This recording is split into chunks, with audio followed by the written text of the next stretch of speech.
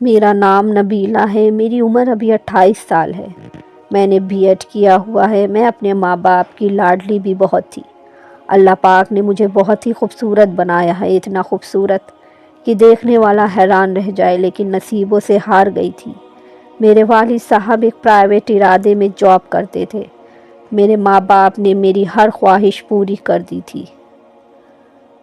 میرے والد مجھے شہزادی کہہ کر بلاتے تھے۔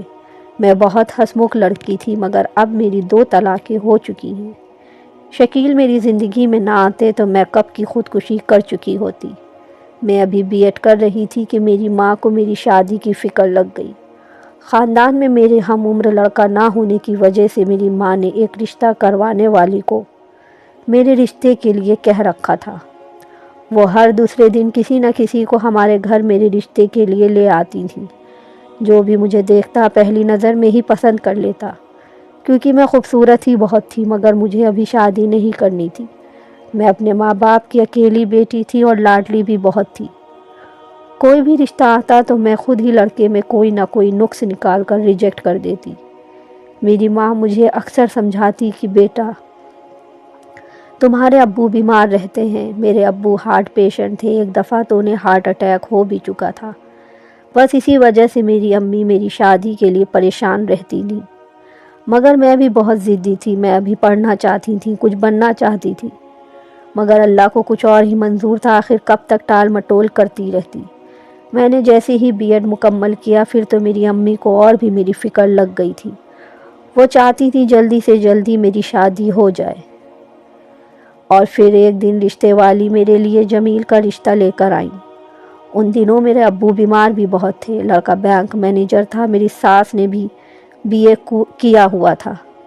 جمیل اپنے بھائی بہنوں میں سب سے چھوٹے تھے۔ ان کے والد صاحب تو بچپن میں ہی فوت ہو گئے تھے۔ جمیل کی بہنوں کی بھی شادی ہو چکی تھی، اور ایک بڑا بھائی تھا، اس کی جاب دوسرے شہر میں تھی، اس لیے وہ بھی اپنی بیگم کے ساتھ دوسرے شہر میں ہی رہتا تھا۔ پڑھی لکھی فیملی تھی، انہوں نے بھی مجھے پہلی نظر میں پسند کر لیا۔ میرے والدین بھی ان کے گھر گئے تو انہیں بھی جمیل اور ان کی فیملی بہت اچھی لگی۔ میں اب بھی شادی نہیں کرنا چاہتی تھی، مگر ابو کی حالت دیکھ کر میں چپ ہو گئی۔ میرا رشتہ طے ہو گیا اور 2 ماہ بعد شادی بھی۔ میں اپنے ماں باپ کی اکیلی تھی، نہ کوئی بہن تھی، نہ کوئی میرا سگا بھائی تھا۔ حال البتہ میری خالہ کا بیٹا جاوید میرا منہ بولا بھائی بنا ہوا تھا۔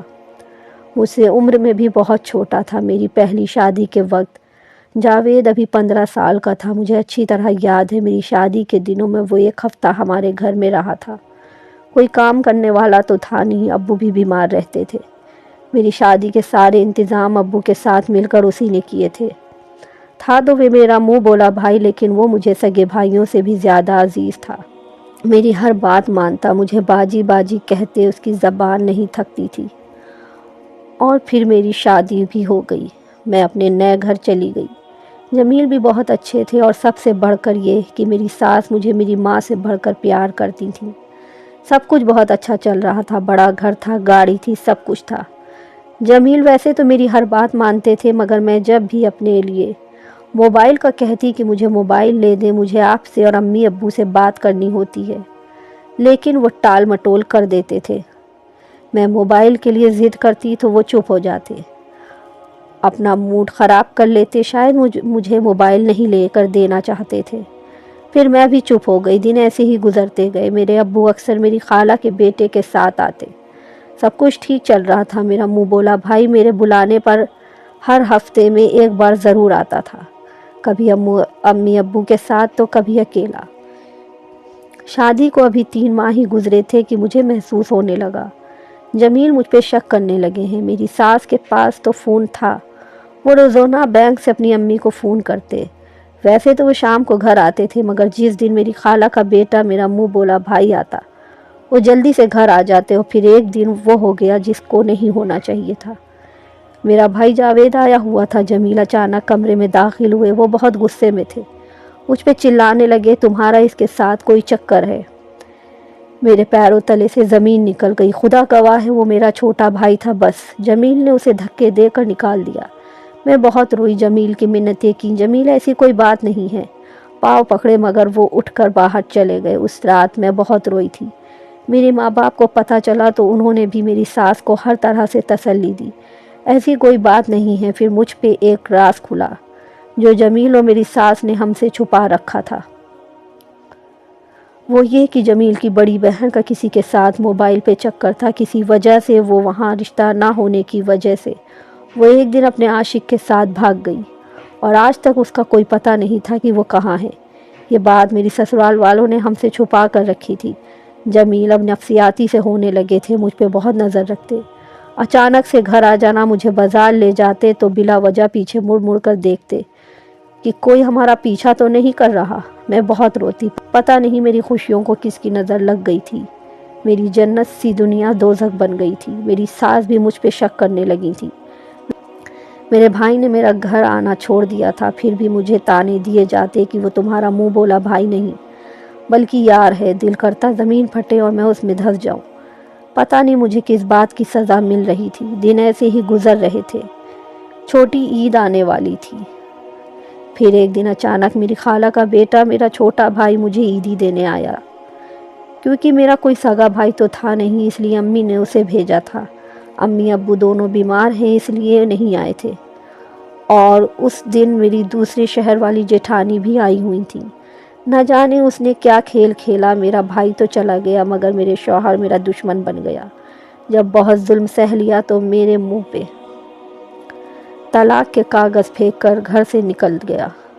میں روتے ہوئے گھر آ گئی۔ میری ماں باپ نے سنا تو وہ بھی بہت روئے۔ سب کچھ اللہ تعالیٰ پہ چھوڑ دیا۔ میں چھپ چھپ کر بہت رویا کرتی تھی۔ 1 سال گزر گیا۔ بابا نے کہا بیٹی اپنا گھر بسا لو۔ میں چپ رہی۔ اس بار میرا رشتہ میرے دور کے عزیز جو گاؤں میں رہتے تھے، ہمارے گھر آنا جانا بھی بہت کم تھا، وہاں ہوا۔ سادگی سے نکاح ہوا اور وہ مجھے لے گئے۔ وہ رات مجھے آج بھی یاد ہے۔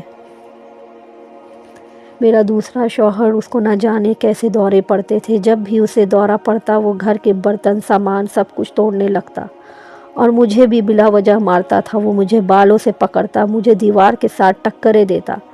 میں چیخ چیخ کر روتی۔ سب دوڑے چلے آتے، میرے سر سے خون بہہ رہا ہوتا اور میرا شوہر زمین پر پڑا کانپ رہا ہوتا۔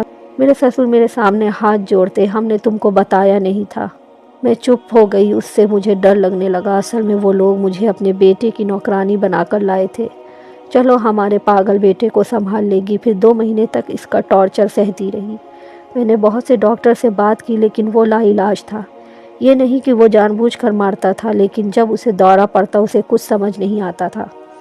پھر ایک دن گاؤں کے کتوں نے اسے بری طرح کاٹ لیا، بہت زخمی ہو گیا۔ وہ اسپتال میں داخل ہوا تھا۔